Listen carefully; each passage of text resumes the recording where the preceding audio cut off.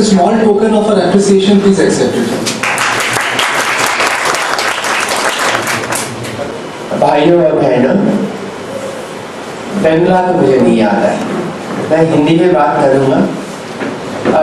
हिंदी आप सबको समझ आता है, बहुत आसान ऐसा हिंदी में बात करूँगा, किसी को मुश्किल तो नहीं है। सब तो सबसे अच्छा है, हिंदी में बात करेंगे। पहले तो सबसे मैं आपको बहुत बहुत मुबारक देता हूँ कि आपके बर्दवान शहर में एक इतनी बड़ी सोसाइटी बनाई गई है कन्हैया बाबू ने और सुषमा जी ने मिलकर, जिन्होंने ये मेहनत करके, मैं हिंदुस्तान के अपने देश में बहुत जगह पे गया हूँ, पर एक पहली सोसाइटी है जिसने इतना बड़ा काम करके थैलेसीमिक्स बच्चों के लिए एक इतना बड़ा भवन बना दिया। नीचे आज मैं जब देख रहा था कि ब्लड बैंक बनाया है, उसके ब्लड की रक्त की अच्छी तरह जांच की जाती है, और ऊपर ब्लड चढ़ाने के लिए कमरा, और ऊपर अभी और एक अस्पताल बनाने की लिए कल को अगर किसी बच्चे को कोई तकलीफ हो और उसके लिए उसको भर्ती कर इलाज करने का ये सब जो इंतजाम किया है, ये हिंदुस्तान में सबसे पहली सोसाइटी है जिसने अपने बलबूते पर, अपने कदमों पे, अपनी कोशिश पे ये काम किया है। उसके लिए एक तो ये दोनों मेंबर्स कन्हैया बाबू और सुषमा जी को मैं बहुत बहुत मुबारक देता हूँ, और आप सब लोगों की इसमें योगदान के लिए, क्योंकि कोई भी काम जब होता है तो एक आदमी के अकेले से नहीं होता है, बल्कि सबके योगदान से होता है। और जिन लोगों ने इस सोसाइटी के लिए मदद करी है उनको भी मैं बहुत धन्यवाद देता हूँ, और मुझे आशा है कि परमात्मा उनको और भी ज्यादा देगा। कहते हैं कर भला सो हो भला, और जिन आदमियों ने इतना भला का काम किया है, और स्पेशली कि जो उन बच्चों के लिए जो पीड़ित है बचपन से और आगे बढ़ रहे हैं, उनके लिए उन्होंने ये बहुत अच्छा काम किया है। अब मुझे बोला गया है कि थैलेसीमिया क्या है और कैसे इसकी किया जाता है, मैं उसके बारे में बिल्कुल सरल चीज़ों पे बात करूँगा। और अगर आपको कोई चीज़ समझ नहीं आती है, कुछ भी हो, तो आप जरा या तो खड़े हो जाइए या हाथ ऊंचा कर दीजिए, तो मैं आपके प्रश्न उसी वक्त पूछ लेंगे। देखिए, बात यह है कि रक्त एक ऐसी चीज है जो कि बदन के अंदर बनता है। जब बच्चा या एक स्त्री गर्भवती होती है और बच्चा तकरीबन 12-13 सप्ताह का भी होता है, तो बच्चे में उस वक्त रक्त बनने के कीटाणु जो है वो शुरू हो जाते हैं, और तकरीबन 2-3 हफ्ते के बाद उसके अंदर रक्त बनना शुरू हो जाता है। जैसे हम कोई भी चीज़ बनाते हैं, बनती है, रक्त के लिए कई चीज़ों की ज़रूरत होती है। एक जैसे खाने, मतलब क्या हम रहते हैं तो खाना पीने की ज़रूरत होती है, वैसे रक्त के लिए भी हमें कई चीज़ों की ज़रूरत होती है।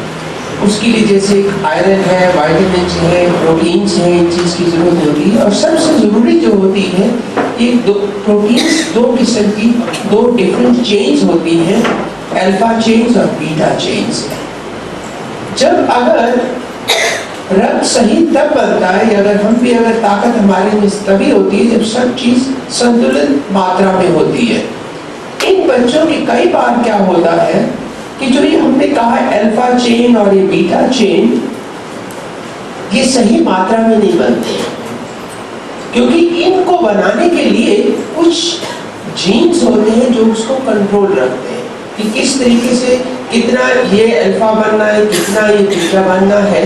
और ये मात्रा अगर बराबर होती है दोनों की, तो रक्त बिल्कुल सही बनता है। अब जैसे यहाँ पे आप चावल बनाते हैं, उसकी सब्जी जैसे चावल बना लें, अगर चावल कम हो और पानी बहुत ज़्यादा डाल दें तो क्या बनेगा, आप समझ सकते हैं। और अगर चावल में ज़्यादा हो और पानी कम डाल दो तो क्या होएगा।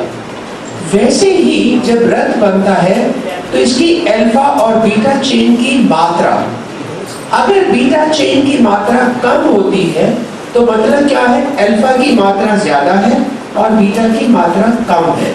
इससे क्या होता है कि जो अल्फा है वो ज्यादा है, और वो जब एक चीज बराबर नहीं होती, क्योंकि ये अल्फा और बीटा दोनों आकर मिलते हैं। अगर अल्फा ज्यादा है तो उस रेड सेल के अंदर वो जमा जुड़ जाता है और रेड सेल को तोड़ देता है। और दूसरा होता है कि अगर बीटा ज्यादा है और अल्फा कम है तो बीटा जो है वो जो जम जाता है और उस सेल को तोड़ देता है। अगर बीटा की कमी होती है तो हम उसको बीटा थैलेसीमिया बोलते हैं, और अल्फा की कमी हो तो अल्फा थैलेसीमिया बोलते हैं। तो कहने का तात्पर्य है कि रक्त बनाने के लिए जो ये दो चेन्स हैं अल्फा और बीटा, इनकी मात्रा सही और बराबर होनी चाहिए। अगर इनमें अंतर कम होता है तो ब्लड रक्त जो है ठीक है बहुत अच्छा सही नहीं बनता है, पर थोड़ा कम बनता है। और अगर ये मात्रा में फर्क बहुत ज्यादा होता है कि बीटा चेन बहुत कम बन रही है और अल्फा ज्यादा बन रही है, तो रक्त ज्यादा अल्फा चेन जमता है और उन रक्त के सेल्स को तोड़ता है। और अगर ये ज्यादा होता है तो उन बच्चों में रक्त की कमी ज्यादा पाई जाती है। इसीलिए होता क्या है कि कोई बच्चे तो जब पैदा होते हैं 4-5 महीने के ही होते हैं, उनमें हमें देखते हैं कि रक्त की कमी हो रही है। कैसे पता चलता है कि बच्चा सही बढ़ नहीं रहा है, चिड़चिड़ा सा हो गया है, या सारा दिन रोता रहता है, उसका शक्ल जो है सफेद दिखती है, या बड़ा सुस्त पड़ा है। तो ऐसे कई चीजें होती है, वो रक्त की कमी से। और जब फिर डॉक्टर देखते हैं, या उसका वजन सही नहीं बढ़ रहा है, और जब डॉक्टर देखते हैं तो कुछ तो शक्ल की फेस के जो कुछ होते हैं उससे हमें पता चलता है, या फिर जिगर और तिल्ली जो है वो बढ़ रही है।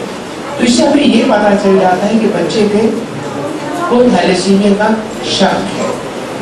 और अगर मान लो ये अल्फा की मात्रा और बीटा की मात्रा का अंतर कम होता है, तो कई बार क्या होता है बच्चा 2 साल का 4 साल का हो जाता है, तब जाके उसमें रक्त की कमी होती है। और हम तब क्या पाते हैं कि बच्चा जो है सही बढ़ नहीं रहा है। कहने का मतलब बैठना उठना ये चीजें कम हो रही है, उसका वजन कम बढ़ रहा है, उसकी ऊंचाई कम बढ़ रही है, और आगे फिर बच्चा जो है चिड़चिड़ा सा है।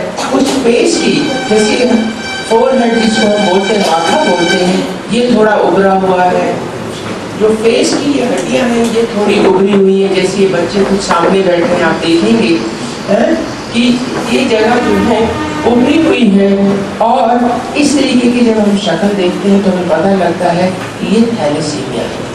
और फिर इनकी जिगर और तिल्ली जो है वो बढ़ रही है। तो ये जो बीमारी तो एक ही है, और कई बार क्या होता है कि बच्चे 5-6 महीने के ऊपर रक्त की काफी कमी पाई जाती है, और कई बार बच्चा 2 साल का 3 का या 4 का हो जाता है, या कई बार अगर ये अंतर और भी कम हो तो 10 साल 15 साल की उम्र पर जाकर पता चलता है कि उसको थैलेसीमिया है। अगर देर की उम्र में पता चलता है तो अब हम उसको थैलेसीमिया इंटरमीडिएट कहते हैं। और जब बचपन में शुरुआत के कुछ पहले महीनों में और पहले या दूसरे वर्ष में पता लगता है तो उसको हम थैलेसीमिया मेजर कहते हैं, क्योंकि इसमें इस वक्त पर रक्त की जो अल्फा और बीटा चेन की बात हम कर रहे थे उनमें अंतर बहुत ज्यादा है। एक चेन ज्यादा बन रही है और दूसरी बहुत कम बन रही है।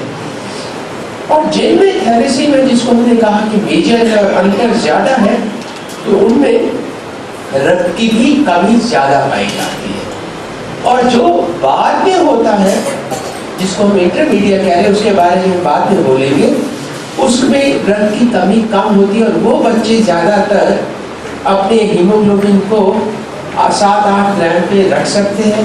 अगर मान उनको कोई तकलीफ हो जाती है, जैसे कोई खांसी जुकाम हो गया या लूज मोशन हो गई, तब जो है या कोई स्ट्रेस आ जाता है तो रक्त, या मलेरिया का कुछ अटैक हो गया कुछ, तब रक्त की एकदम ज्यादा कमी हो जाती है। नहीं तो ज्यादातर वो अपना रक्त का जो हीमोग्लोबिन लेवल है वो 7-8 ग्राम पे या 9 ग्राम पे अपने आप को रख सकते हैं। और जो थैलेसीमिया मेजर है जो जल्दी उम्र में पाया जाता है, अगर उन बच्चों को रक्त नहीं देंगे तो कुछ ही महीनों या 1 वर्ष में या 2 वर्ष में वो बच्चे नहीं रह पाते हैं। तो सबसे अव्वल चीज तो ये है कि ये जो बीमारी है, एक तो ये उस में पाई जाती है, और इसमें प्रॉब्लम क्या है, दो चीजें बड़ी आसान। एक तो हमें जो रक्त का लेवल है, जो हीमोग्लोबिन है, वो हमें 10 के ऊपर ही रखना चाहिए। उसके भी वजह है। अगर मान लो आज आपको किसी ने एक बड़ी पार्टी में बुलाया, अगर आप वहां बहुत सारा खा लें तो क्या होता है, इंडाइजेशन, पेट में फूल जाएगा या कुछ और हो जाएगा। अगर 1 सप्ताह नहीं खाएं तो क्या होगा, आदमी भूखा रहेगा और फिर मुश्किल होगी। जैसे हमें हर रोज खाना पड़ता है, वैसे अगर सही में देखा जाए तो रक्त को हमें एक लेवल पे रखना चाहिए। अगर हम अपने अंदर भी देखते हैं, आप और हम, कुछ सेल 1% जो सेल्स हैं वो हर रोज टूटते हैं और 1% नए बनते रहते हैं, जिससे कि हमारा हीमोग्लोबिन लेवल जो है 12 या 13 ग्राम या 14 ग्राम रहता है। क्योंकि ये तो नामुमकिन है कि हम बच्चे को हर रोज थोड़ा थोड़ा रक्त चढ़ाते रहें। तो हम क्या करते हैं कि बच्चे का रक्त जो ही 10 की मात्रा से कम होता है तो उसको रक्त देते हैं तकरीबन 15 से 20 ml पर बॉडी वेट के हिसाब से। अगर छोटा बच्चा है रक्त ज्यादा दे देंगे तो मुश्किल। वही मैंने कहा ना कि अगर आपको एक पार्टी में बुलाए तो ज्यादा खा लेंगे तो क्या होगा, तो हम ज्यादा रक्त भी नहीं दे सकते हैं। अगर कम देते हैं तो भी नुकसान है। तो हम क्या करते हैं कि 10 के लेवल को मेंटेन करते हैं, कोशिश यही होती है। और 10 पे हमने रख दिया, इतना हम रक्त चढ़ाते हैं 15 ml पर किलो के हिसाब से, कि उसका रक्त जो है 12 और 13 के बीच में पहुंच जाता है। क्योंकि एक ब्लड अगर हम यूनिट चढ़ाते हैं तो 2 या 3 ग्राम से हीमोग्लोबिन बढ़ जाती है।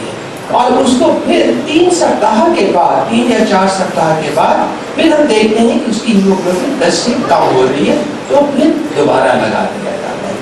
तो कहने का तात्पर्य ये है कि रक्त इन बच्चों को एक जान देता है, जिंदगी देता है। और हर 3 या 4 सप्ताह के ऊपर, और जब बच्चा बड़ा हो जाता है तो रक्त की मात्रा ज्यादा लगानी पड़ती है, नहीं तो 3 और 4 सप्ताह के ऊपर ये रक्त हम बच्चों को हमेशा देते रहते हैं।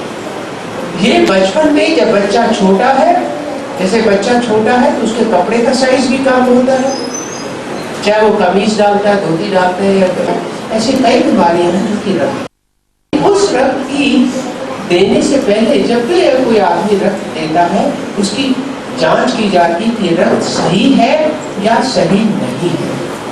और इन बच्चों को क्योंकि रक्त बार बार चढ़ाया जाता है तो कई बार ये भी हो सकता है कि हालांकि हम रक्त की जांच करने के बाद इन बच्चों को चढ़ाते हैं, परंतु क्योंकि अगर किसी बच्चे को 30 यूनिट, 50 यूनिट, 100, 200 रक्त की बोतलें चढ़ चुकी हैं, तो हमने ये पाया है कि इन बच्चों को रिस्क जो है किसी और बीमारी का होने का बहुत ही ज्यादा है। आप समझ रहे हैं कि नहीं? और इन बच्चों को किसी स्टेजेस पर ये देखा गया है कि इनको या तो हेपेटाइटिस बी हो जाती है या सी हो जाती है या कहीं को HIV हो जाता है। और वो क्या वजह है कि कई बार ऐसे होता है कि जब रक्त की जांच रक्त आदमी दे रहा है, जो हम जिस तरीके से जांच करते हैं वो टेस्ट जो है उसको पकड़ नहीं पाता है, या जो हम टेस्ट कर रहे हैं वो इतना सही नहीं है, इतना नहीं कि वो उस थोड़े से कम कीटाणु को पकड़ सके। मान लो अगर हम कोई जांच कर रहे हैं, रक्त के अंदर जब 10 कीटाणु होंगे तब हमारा टेस्ट पॉजिटिव आएगा, अगर 2 या 3 कीटाणु है तो वो टेस्ट नहीं पकड़ पाता। तो इसलिए टेस्ट की क्वालिटी की जरूरत है। इसीलिए हम हमेशा कहते हैं कि रक्त ऐसे ब्लड बैंक से दिया जाए, जैसे आपका ब्लड बैंक है तो बिल्कुल सही है, वही मैं आज सुबह देख रहा था, जहाँ सब किस्म की जांच बिल्कुल सही तरीके से की जा रही है। एक तो वो, और दूसरा फिर भी कई बार होता है कि जैसे मैंने कहा, आज मैंने अगर मान लिया रक्त दिया, उसके अंदर कीटाणु एक ही है, तो कितना भी बढ़िया से बढ़िया टेस्ट किया जाए वो उसको नहीं पकड़ पाएगा। और अगर वो एक कीटाणु जिस बच्चे के अंदर जाएगा उसको कल वो तकलीफ हो सकती है, बीमारी हो सकती है। इसलिए इन बच्चों के अंदर रिस्क ज्यादा रहता है। कहने का तात्पर्य ये है कि जब बच्चों को रक्त चढ़ाया जाता है तो वर्ष में, हर वर्ष में या एक बार जो है इनका हम टेस्ट करते हैं कि ऐसी कोई बीमारी तो नहीं हो गई, अगर हो गई है ताकि हम उसको जल्दी पकड़ लें और उसका इलाज कर पाए। समझ गए कि नहीं बात? कोई आ रही है कि नहीं समझ आ रहा है? आना पड़ता है तो मान लीजिए यहाँ पर ब्लड बैंक है, दूर से आना पड़ता है, 15 दिन में एक बोतल लगता है।